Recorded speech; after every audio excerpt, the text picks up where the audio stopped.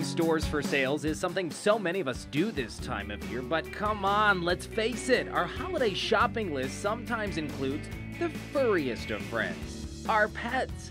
And when it comes to what Fido wants this year, well, you almost have to be psychic. Okay, so Dog Whisperer was a wash. Oh well, I'll just let this little guy pick out his own present here at Petco near Wilkes-Barre. All right, look, we've had this discussion. You already found your ugly Christmas sweater, but we gotta find you a nice one. What do you think about this one? No? How about this? Not your color, huh? Oh, let's go with the blue. Oh! You just peed on the new clothes. I'm not paying for that. I'm out of here. Oh my goodness. Did that just happen? Yeah, totally did. Whoops. Okay, but seriously, if you are going after gifts for your own furball, here are some ideas. This year, it's all about your pet's personality. They're all different, just like we are. Lots of different accessories and fashion items for them. For the health nut kind of pet, you have the Spin City where the hamster goes in there. You can track how far they're running. Things to keep your cats healthy and busy with treats and cardboard scratchers. I don't know about you, but so much shopping can make anyone hungry. I brought you to the dog bar. Let's get something to eat. We can share it. Oh, come on. It's not that bad. After all, it's Leckey time. I mean, it's not like we drank out of the same water bowl. Kidding. Totally did it. That's good, right?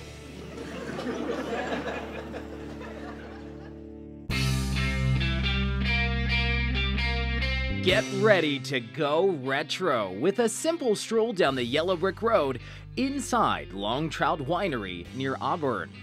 It's here where the owners Tom and Kim Leipensberger wanted to create a spot where the wine is cool and the hippie chicks rule. I wanted them to feel comfortable and like they stepped into a different time zone, actually. Like they went back in time. Leave all their emotions and all their worries and cares at the door. Tom and Kim say Indian folklore inspired the name Long Trout Winery, which they opened in 2002. And as for the number of varieties you'll find inside this 60s and 70s themed chill spot, anywhere between 30 and 40, 50. It depends on scheduling and how much we can get in tanks. And the names on the bottles are just as hip as the decor. Check it out. Everything from bell-bottom berry, cosmic charisma, to ruby slippers, just to name a few. Products featuring ingredients mostly from growers in Pennsylvania. Even if you're not a huge wine connoisseur, the trek to Long Trout is worth the trip, just to see the crazy amount of cool collectibles.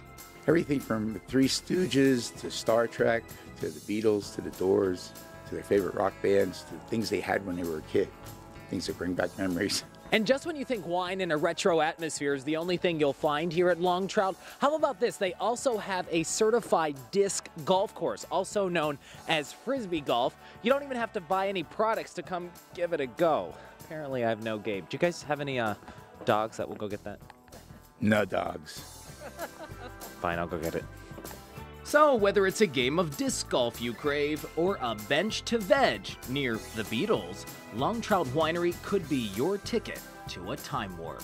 They can kick back and smell the roses. That was just one of our 5 hidden wonders. Another is this spot in Shamokin Dam, Snyder County. It's called the Bounce Funplex that features 92 trampolines and wall-to-wall fun. It's open Thursday through Sunday. For more details on how to find this spot and all the other ones we talked about, head to WNEP.com. You'll find several links under websites mentioned. Also at our homepage, click on the Leckey Live tab. You'll also be able to see a video tour of all of the spots we highlighted during this series. I'm Ryan Leckey, Newswatch 16, reporting from Snyder County. Halloween fun. That's right, with some ghoulish experiments. Newswatch 16's Ryan Leckey live at Misericordia with more. Good morning, Ryan. Hey, good morning, guys. I'm hanging out with the Dead Alchemist Society as well as some other students here at Misericordia, primarily science students, teaching us how to take your Halloween decor up 1 or even 5 notches. With us is Dr. Anna Fedor, because we wanted to give folks some lessons on everything on spewing pumpkins. Oh, yeah, that should be a big hit at the party. I love this. And also spooky bubbles. So how do you make this happen? Because it's really easy with tonic water. Yeah, all you need is some tonic water. You can get it at any store, some dish soap, and a little bit of dry ice. What you do is use some warm water, and that ensures that the dry ice will come out and it'll come off with the soap and make these really neat little bubbles that pop. And Jenna, if you can kill the 2 lights behind us, we're going to take a look at what this looks like, obviously, under the black light. Really cool, and it totally glows. Why does tonic water glow like that? Well, it is fluorescent, so it'll grab onto that UV light and it'll emit it. All right, cool. Hit the lights back on. Thanks, Jenna. And by the way, while we were here, take a look at this little gummy worm. Here's a science experiment that's tough to do at home, but we thought was really cool. What's happening? Well, this is kind of like what happens in digestion. So what's happening is the sugar in the gummy bear is being broken down, but in the process, a lot of heat is being released. And you see the flame and the color is actually pretty cool, and that's because of the heat also. A lot of good stuff. You can get all these science experiments and ideas that we're giving today at WNEP.com/websites. Figure out how to make your own spewing pumpkin, spooky bubbles, or even your own homemade slime. It's pretty easy to make as well. And something cool happening at Misericordia University this Sunday from 3 to 5. Parents might want to bring the little ones too. What is it, Laura? We're having Halloween in the halls. It's a safe and fun way for students to come trick-or-treating. It's between the hours of 3 and 5 on Sunday the 28th, and there's just going to be a ton of candy and games and fun. So look for the buildings with the orange signs. All right, a lot of good stuff, and you can learn more about that at our website as well. By the way, guys, you saw that story about face slapping on national TV, which is now a way to get rid of wrinkles. Have you seen that? I think slime slapping doesn't hurt as much. And just like Nickelodeon, we're going to slime Ryan later on. I can help you with that slapping a little later. All right, thanks, Ryan. No problem. See you.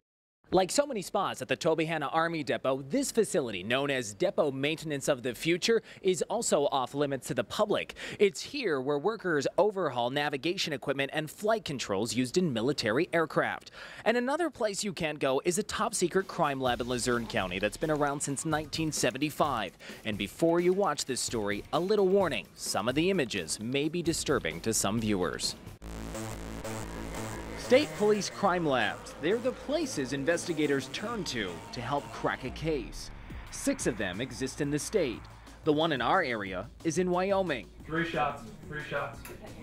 It's here in Luzerne County where Newswatch 16 was granted access, and we met some of our area's leading forensic scientists, including Carol Ritter. The types of cases I've worked on are rapes, homicides, aggravated assaults, death investigations. Carol works in the crime lab's serology section, which examines bodily fluids from a crime scene. Carol, who's also a blood spatter expert, created a scenario using fake blood on shirts to show us how she searches for evidence. The kind of evidence that could help determine where a victim was stabbed, how she was standing, and how the attacker approached her. So we're just using light and different sources of the light. We use infrared light to look for fluids like other types of body fluids besides blood. As for what happens to the evidence once it's examined, well, it's quickly sent back to the police department, which brought it to this place to begin with. And when it is returned, it includes all of the results from the tests that were done here. The State Police Crime Lab in Wyoming has solved many notorious cases, including the George Banks murders. The Wilkes-Barre man is still on death row after killing 13 people in 1982, including 5 of his children. Technology has come a long way since then, but workers here point out it's not like what you see on TV shows, such as CSI. Some of what they do, the way they do it, isn't really scientifically feasible. There's a lot of time and work that goes into each test, whether it's fingerprint identification or the ballistics work done by Corporal Joe Gober, who spends a lot of time analyzing guns and bullets. I would take a gun and then try to look at a bullet that may have been discharged from the gun and then try to match it up to that gun itself. So it's almost like putting a puzzle together. And piecing that puzzle together could help match a killer to a murder weapon. To see the other spots featured in this series, places you can go, just head to WNEP.com and click on the Exclusives tab, and then Leckey Live. I'm Ryan Leckey, Newswatch 16.